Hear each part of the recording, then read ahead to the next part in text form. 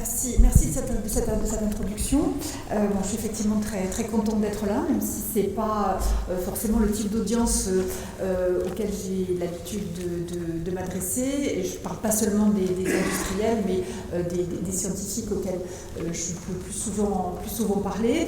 Alors, je ne suis pas dans un monde de marketing, je vis dans un monde de sciences que j'essaie de communiquer aux industriels, mais je ne suis pas une marketeuse du tout.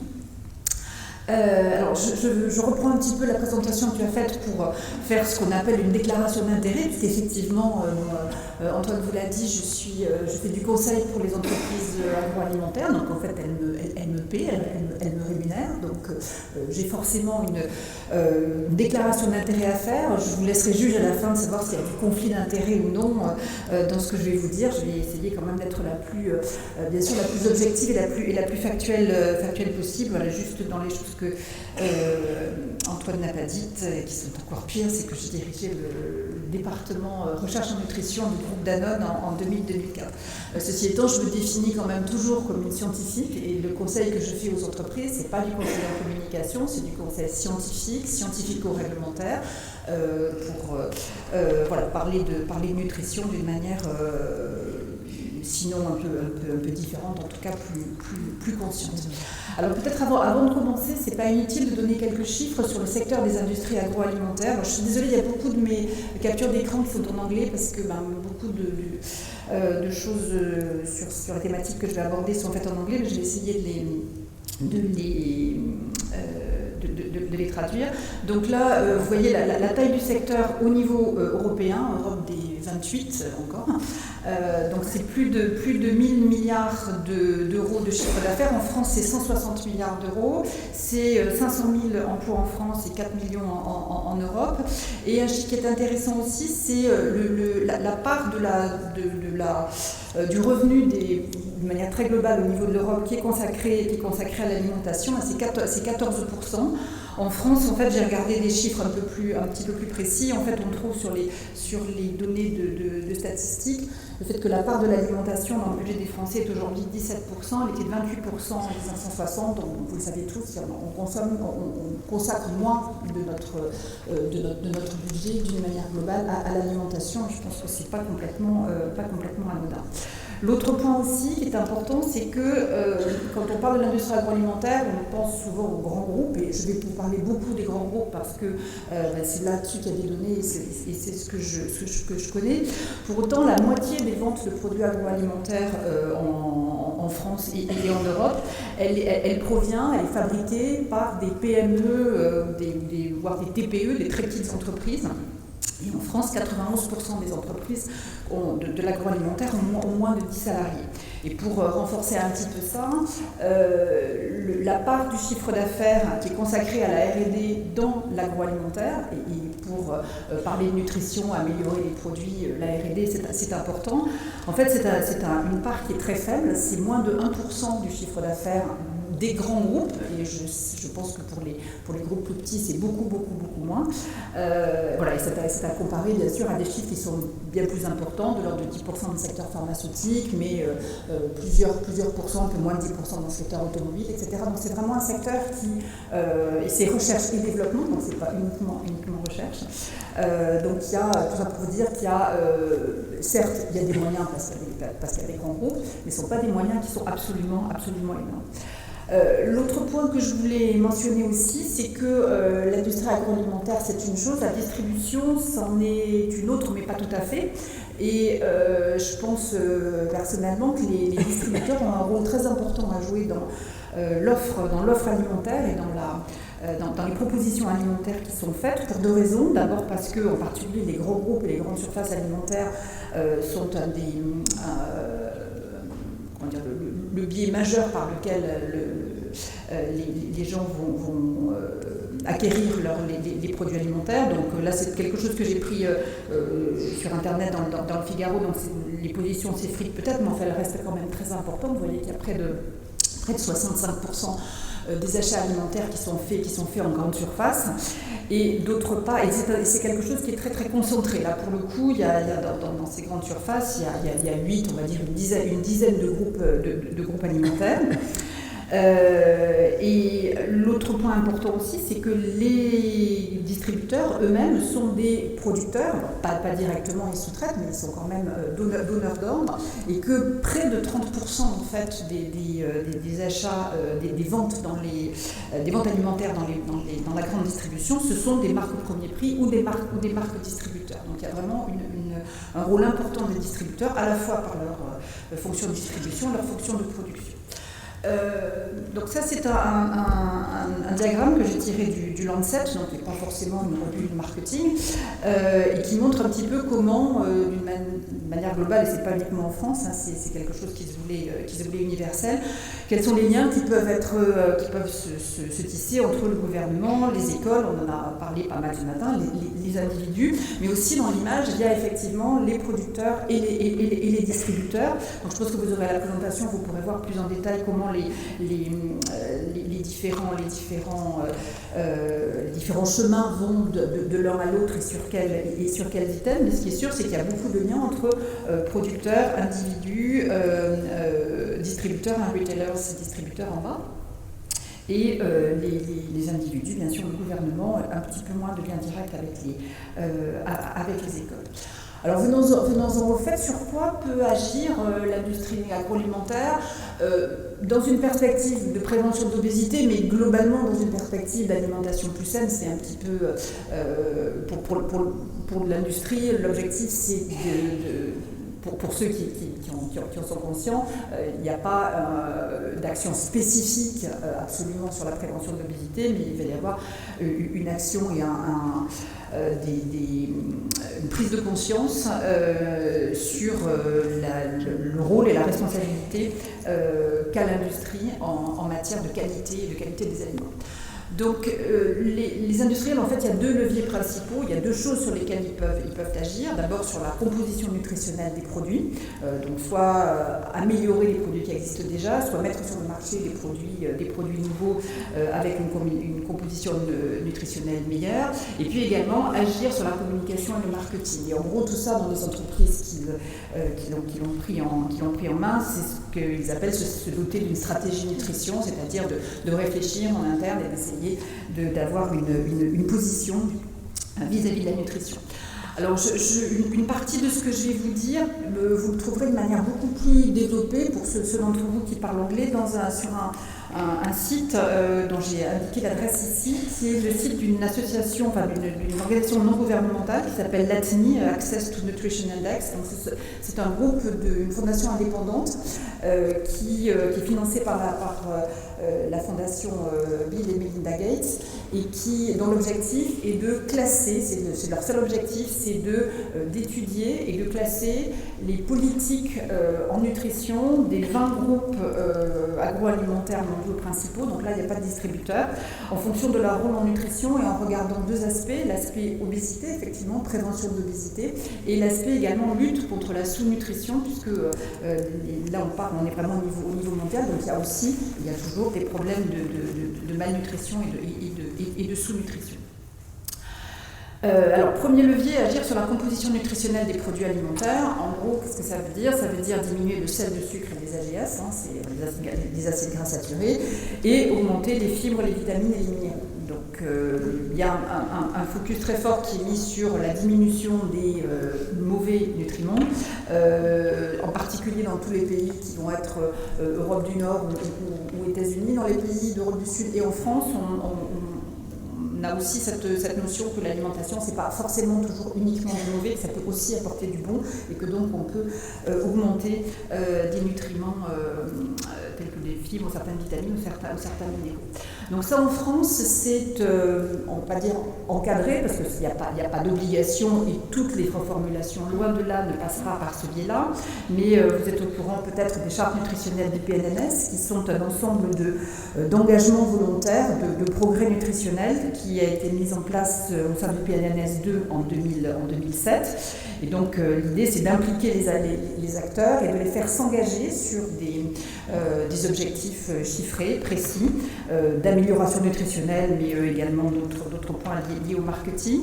Donc en mai 2016, maintenant, il y a 37 chartes qui ont été signées. Vous en avez certaines dans l'encadré encadré en bas, mais qui date d'un petit peu avant mai 2016, donc il n'y a pas les 37. Donc vous pouvez voir qu'il y a beaucoup d'entreprises industrielles individuelles, il y a quelques interprofessions, il y a quelques distributeurs, donc, ce qui montre bien l'intérêt le rôle du distributeur là-dedans. La Scamarc, c'est Leclerc en fait.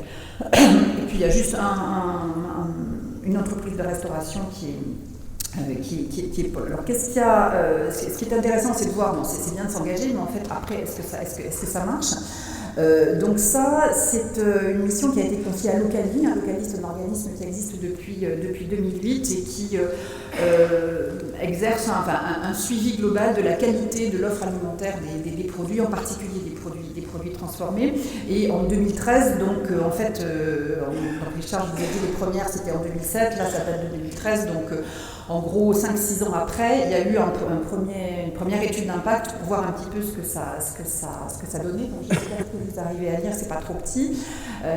Donc là, ce qui est dit, c'est que sur 5 ans, les produits reformulés dans le cadre des chartes, ça représentait une part de marché de 4,4%.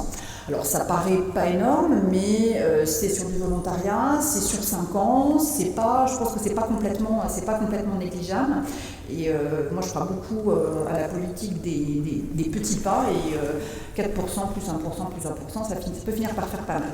Alors ensuite, quelques volumes de nutriments, ça je trouve que c'est pas très... Enfin moi ça me parle pas beaucoup, mais enfin bon, ça fait des chiffres, donc je vous les donne. On a calculé en fait tout ce que ça représentait de liquide, d'acides gras saturés, de sucre, de sodium qui avait été retiré du marché, donc c'est quand même plusieurs milliers de tonnes.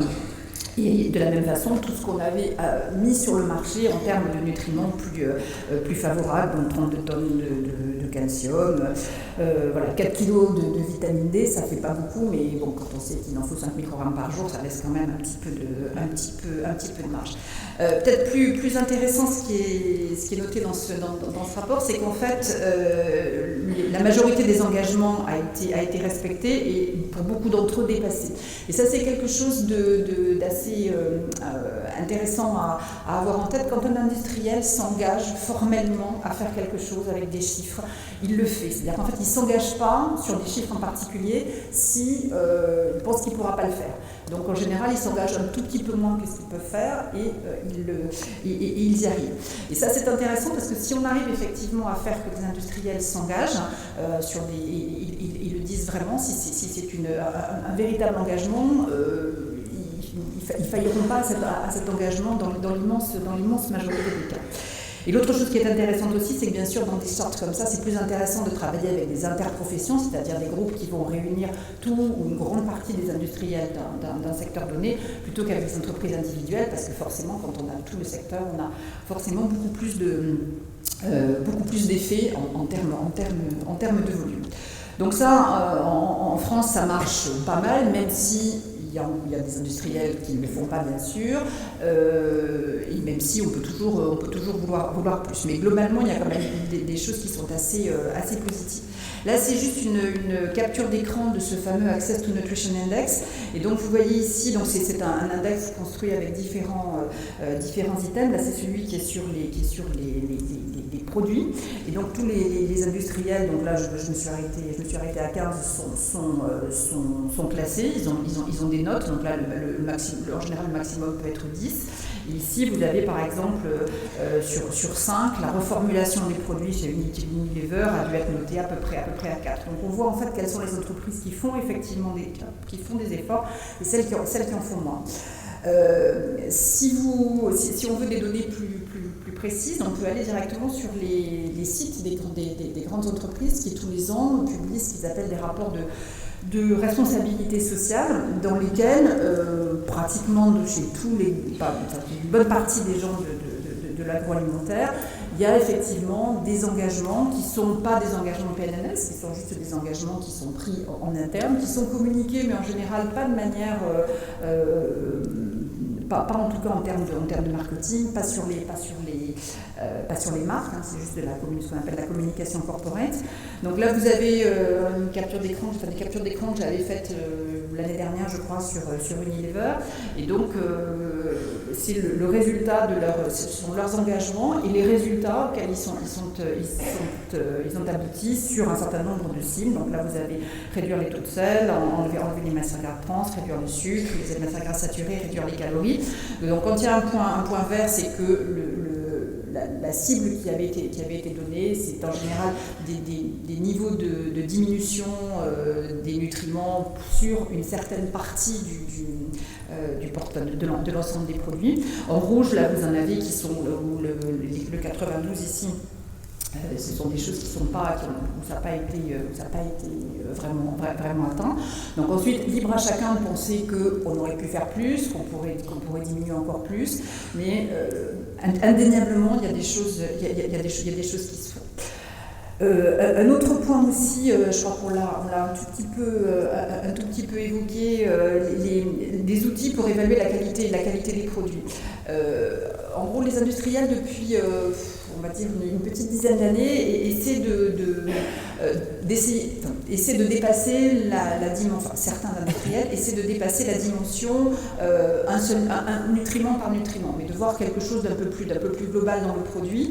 Et donc, les industriels ont été assez moteurs dans le développement, ça n'a pas été les seuls, les pouvoirs publics l'ont fait aussi, dans le développement d'outils de profilage nutritionnel qui permettent en fait qui leur permettent en interne de dimensionner les modifications et les reformulations nutritionnelles qui peuvent être faites en fonction du profil du produit. Bien évidemment, on ne va pas faire les mêmes modifications sur une charcuterie ou sur un plat cuisiné.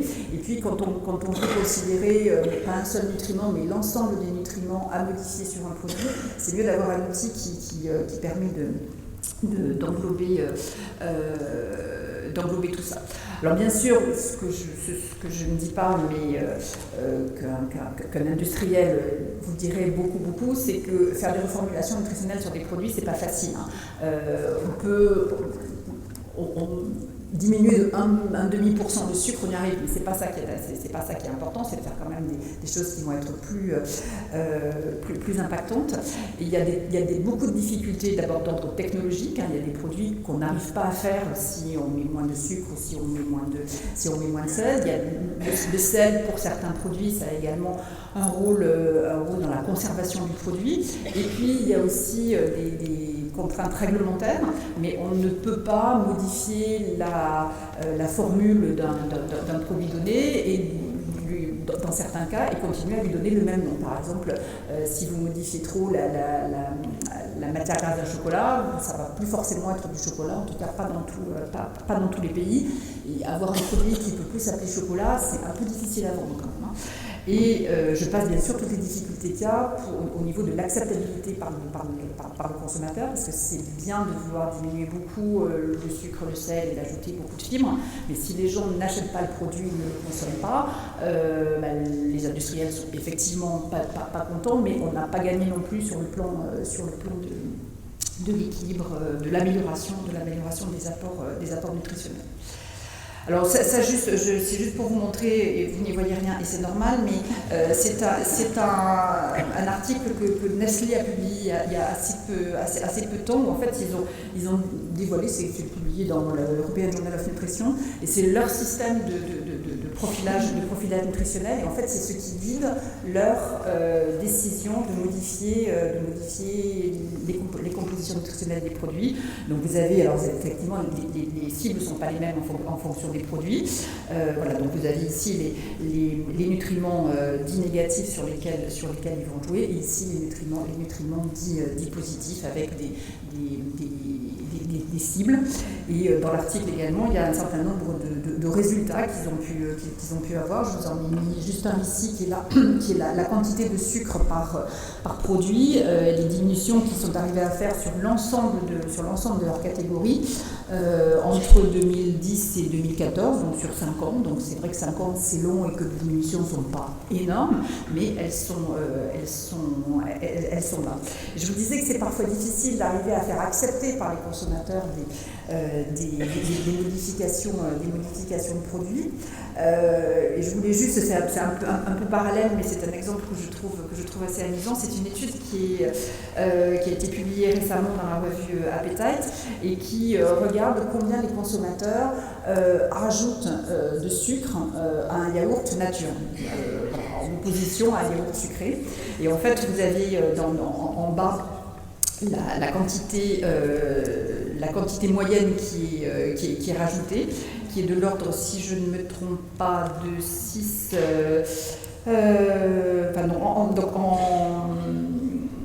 en vert, c'est la moyenne, quel que soit le produit sucrant utilisé. Donc on voit qu'on rajoute à peu près 13 grammes de sucre dans un yaourt de 125 grammes, donc c'est pas complètement négligeable. C'est un tout petit peu moins quand on utilise du sucre en poudre, c'est plutôt un peu plus quand on utilise du miel, et c'est bien le sucre du miel qui est compté et pas le miel dans son ensemble. Pour la confiture, alors là, ça dépasse tout. Et par contre, les gens, quand vous leur demandez combien ils ont mis, en moyenne, ils estiment qu'ils ont mis 6 grammes. Entre 6 et 7 grammes, en fait, ils en ont mis 15. Et un yaourt sucré, ça contient 10 grammes de sucre ajouté. Donc voilà, c'est juste pour donner un petit éclairage sur le fait que c'est difficile de répondre aux souhaits des consommateurs en reformulant. Difficile ne veut pas dire impossible, et donc ça se fait dans certains cas. Un autre point qui est important aussi, c'est que le secteur est très concurrentiel, bien évidemment. Les yaourts, il n'y a pas un seul fabricant. Et s'il y a un seul fabricant qui diminue le sucre de ses yaourts, il y a un risque qui a déjà été vérifié dans plusieurs cas, que les consommateurs se déportent sur les yaourts classiques dont ils avaient l'habitude, et donc finalement le produit moins sucré, ils se vend moins. Donc, pour que ça fonctionne effectivement, il faut que tout le monde baisse en même temps ses teneurs en sucre sur cet exemple-là, ce qui effectivement donne l'idée qu'il faudrait réglementer tout ça. Après, à mon avis, c'est un autre débat dans lequel je ne rentrerai pas, qui est sûrement du plus et du moins. Et c'est d'une certaine manière ce que les pouvoirs publics souhaitent faire en réfléchissant à des taxes sur le sucre. Je ne suis pas forcément sûre que les taxes sur le sucre va forcément entraîner des diminutions similaires dans tous les produits. Donc si je passe maintenant sur le deuxième aspect que je développerai un petit peu moins en particulier parce que je sais qu'il y a une intervention ensuite sur le marketing. Je reviens juste sur mes profils nutritionnels parce que c'est de l'amélioration, c'est intermédiaire entre l'amélioration de produits et la communication. Les profils nutritionnels dont je vous parlais, ils peuvent servir également à être des outils d'éducation et d'information.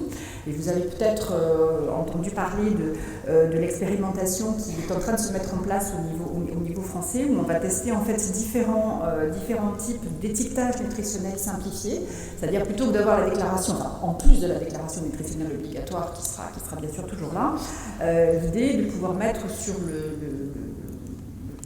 pack avant, sur la face avant du packaging, un logo très simple qui donne une indication globale sur la qualité nutritionnelle globale du produit. Alors ce qui est difficile parce que c'est difficile, une qualité nutritionnelle globale d'un produit, c'est pas très simple. Et donc il y a plusieurs systèmes. Le système de droite, lui, c'est pas vraiment un système global, puisqu'en fait il dit il y a peu de matière grasse, pas mal de matière grasse saturée, beaucoup de sucre, pas beaucoup de sel. C'est pas forcément évident de se déterminer avec du rouge, du vert et de l'orange. Les autres systèmes sont plus simples, avec donc une couleur et éventuellement une pyramide plus ou moins remplie. Donc moi j'ai travaillé sur le système, sur l'algorithme qui est à la base du système du milieu, qui n'est pas très différent de celui de Serge Herbert que vous connaissez peut-être plus. Donc l'étiquetage nutritionnel,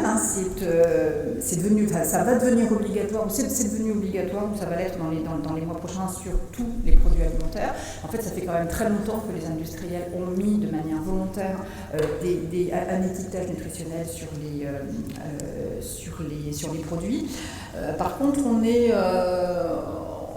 également très contraint par la réglementation. Et on n'a pas le droit d'indiquer d'autres nutriments que ceux qui sont autorisés par le règlement INCO. Et par exemple, on n'a pas le droit, alors que les États-Unis viennent de le faire, on n'a pas n'a carrément pas le droit, en France, aujourd'hui, d'indiquer la teneur de sucre ajouté dans un produit. Or, en fait, il est vraisemblable que les consommateurs seraient intéressés par ce type d'information, comme c'est le cas aux États-Unis. Je ne dis pas que les États-Unis, c'est un modèle en matière nutritionnelle. Donc juste un petit peu la même chose que ce que je vous ai montré là sur un autre angle de cet index dont je vous parlais. Donc là avec les efforts qui sont faits en termes, les efforts et la qualité des efforts qui sont faits en termes d'information nutritionnelle, de déclaration nutritionnelle apportée sur le packaging. Donc est-ce que c'est systématique sur tous les produits? Est-ce que c'est conforme aux réglementations locales? Ce point du marketing de la communication, c'est aussi un des items qui fait partie des chartes PNNS dont je vous parlais tout à l'heure. Il y a une dimension amélioration des produits, mais il y a aussi une dimension marketing, donc avec des choses qui vont être autour de l'organisation des lieux de vente, d'une manière générale, la communication et l'information en lien avec les repères du PNNS, et puis le marketing, la publicité, la promotion des ventes. Donc ce qui est demandé dans ces chartes, et je trouve que c'est bien de le rappeler, c'est que le marketing puisse tenir compte de la nécessité d'une consommation raisonnable de certains aliments, en gros qu'on ne mette pas les gens en situation de surconsommation, qu'on réduise la publicité et la promotion pour des produits dont la consommation n'est pas forcément recommandée, et quelque chose de direct vis-à-vis de la communication destinée aux enfants. Donc juste là-dessus, ça sera le seule petite incursion que je ferai vis-à-vis de la présentation suivante, mais c'est quelque chose qui m'a vraiment paru intéressant, un article qui est paru dans l'American Journal of Clinical Nutrition au début de l'année et qui a réalisé une méta-analyse de l'ensemble des études qui avaient regardé l'effet d'un marketing de publicité, soit de publicité télévisée, pour des aliments, on va dire, peu sains, donc en gros des chips, du chocolat. Et qu'est-ce que ça change sur la consommation, sur l'énergie, sur les volumes consommés chez les enfants et chez les adultes. Et effectivement, ce qu'on voit ici, si vous arrivez à le voir, sur le haut sont les études qui ont été faites sur les adultes, et on voit qu'en fait les adultes sont capables de se réguler, qu'il n'y a pas d'augmentation de la consommation alimentaire. Alors c'était sur différentes durées, soit dans les heures suivies, soit dans la journée ou les 2-3 jours suivants, il n'y a pas d'augmentation. Par contre, il y a nettement une augmentation chez les enfants. Un petit losange là, il est un peu sur le côté où on a une augmentation significative de l'apport calorique et de l'apport du volume consommé. Et ça, je pense que ça plaide effectivement très, très nettement pour l'importance d'avoir un marketing régulé vis-à-vis des enfants, ce que les industriels, dans leur immense majorité, ne réfutent pas. Et ça fait assez longtemps qu'ils essaient de s'auto-réguler avec un succès qui est certainement pas au niveau de ce qu'on pourrait espérer au maximum, mais qui est pas nul.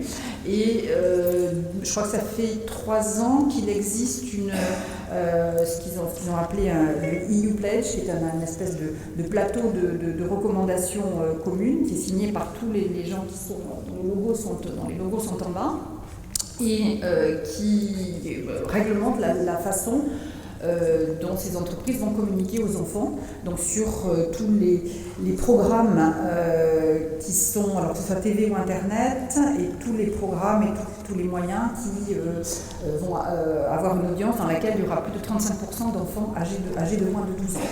Et donc il y a eu, toujours sur le système des profils nutritionnels, donc c'est aussi pour ça que les industriels ont beaucoup travaillé sur les profils nutritionnels, par type de catégorie, une façon interne de dire sur ce produit-là, j'estime qu'il n'a pas une qualité nutritionnelle suffisante pour pouvoir communiquer vis-à-vis des enfants, et je m'engage à ne pas le faire. Et encore une fois, quand un industriel écrit quelque part qu'il s'engage, il tient. Et ce système, alors on pourrait penser, ouais, ok, d'accord, mais c'est fait par des industriels, donc ça doit être super relax, les normes consommées. En fait, non. Il y a d'autres points que je ne montrerai pas ici. Il y a eu des études scientifiques qui montrent qu'en fait le système que les industriels se sont imposés est plus exigeant que les systèmes qui sont aujourd'hui développés par l'OMS, par exemple. Donc c'est pas n'importe quoi. Et est-ce que c'est efficace ou pas? On a assez peu de retours. J'ai trouvé une étude qui date de 2013 et qui, pendant 8 mois, a regardé tous les spots TV et Internet. Ça a dû être super intéressant. Oui. Et ils ont regardé 186 700 spots dans lesquels, alors là, ce que je vous montre, c'est les 5600 qui représentaient un comportement alimentaire. Donc c'est juste sur l'article ne portait que sur ça. Et en fait, sur 5600, ils ont trouvé 13 manquements relevés, surtout et essentiellement sur Internet, avec 9 qui étaient des consommations excessives et 4 qui étaient des consommations alimentaires devant la télé. Voilà. Donc, bon, ça peut fonctionner. Alors, encore une fois, tout le monde n'a pas signé ça. Hein. Je veux dire, les grands groupes l'ont signé, mais beaucoup d'autres ne l'ont pas signé. Il n'y a quand même pas que des tout petits. Mais il y a quand même des choses qui sont faites. Et ça aussi, le marketing, ça fait partie des items qui sont évalués par cet outil dont je vous parlais. Donc, bon, vous voyez, c'est un peu toujours les mêmes. C'est Danone, Unilever, Nestlé qui sont en haut. Alors après, il y a des choses, effectivement, on peut se dire, PepsiCo, tiens, pour moi, ils n'avaient pas l'image de gens qui faisaient attention au marketing, mais si vous regardez, il n'y a pas de marketing enfant sur des produits PepsiCo dans l'immense majorité des cas. Voilà, donc en guise de conclusion, moi je pense que le secteur des industries agroalimentaires, c'est un acteur incontournable quand on veut faire quelque chose en alimentation. Ce sont quand même eux qui fournissent une grande partie de l'alimentation. Donc il vaut certainement mieux travailler avec que travailler contre, et c'est valable pour eux aussi. Je pense que globalement ils sont, et depuis plusieurs années maintenant, vraiment conscients de leur rôle et de leur responsabilité. Encore une fois, pas absolument tous, mais je pense une très grande majorité. Il y a de nombreuses améliorations qui ont déjà été faites.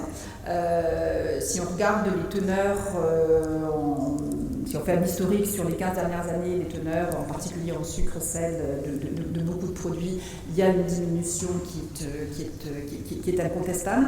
Ce qui rend d'ailleurs les nouvelles améliorations plus difficiles. Parce qu'en gros, tout ce qui était facile, pas tout ce qui était facile, une bonne partie de ce qui était facile a déjà été fait, donc c'est plus compliqué, c'est plus cher, c'est plus long, c'est plus difficile pour le consommateur en termes d'acceptance de continuer à améliorer. Alors ensuite, le secteur, je vous le disais, il est très concurrentiel, et puis il ne faut pas se leurrer, ce n'est pas un secteur philanthropique, hein, l'industrie alimentaire comme toutes les industries. L'objectif, c'est effectivement de vendre. Ceci étant, les gens qui sont aux manettes dans ces boîtes-là savent très bien qu'il y a un contexte global à respecter, et à la fois le contexte de l'obésité et la pression et la demande des consommateurs, c'est quelque chose qui est très important.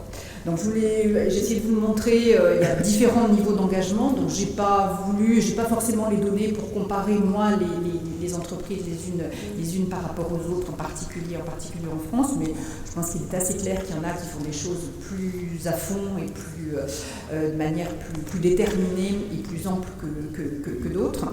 Et je voulais juste terminer sur le fait que les avancées, elles se font, les avancées dans le secteur, elles se font sous la pression des concurrents. Donc en fait, s'il y en a un qui fait quelque chose qui est nutritionnellement favorable et qui marche bien, ça c'est sûr que tous les autres vont aller derrière. Donc il faut, je pense, aussi aider les industriels à trouver les angles d'attaque qui sont les bons. Ça se fait aussi sous la pression de la réglementation. Hein. Je pense qu'il ne faut peut-être pas trop de réglementation, mais il faut une réglementation bien ciblée et efficace, ce qui n'est pas forcément, à mon avis, ce que nous avons aujourd'hui. Et puis ça se fait aussi sous la pression des consommateurs, mais pas des associations de consommateurs. Hein. Les associations de consommateurs, c'est important. En fait, pour un industriel, le consommateur, c'est celui qui achète. En fait, le meilleur signal qui est donné, c'est à l'industriel, c'est que le produit rénové, amélioré qu'il a mis sur le marché, eh bien, il est acheté, donc c'est bien pour l'industriel, mais c'est également bien pour le consommateur. Donc c'est vrai que j'entendais tout à l'heure des initiatives pour expliquer aux gens comment on regarde les packaging, comment on compare les produits, comment on dit entre deux produits qui se ressemblent, est-ce que là il est mieux ou moins bien. Ça, c'est vraiment des choses qu'il faut continuer à appuyer parce que ça permet de faire développer les consommations de ce qui est le plus intéressant. Et puis bien sûr, ce qui est difficile, c'est d'arriver à prendre des mesures qui vont être efficaces et efficaces à long terme. Voilà, je vous remercie de votre attention.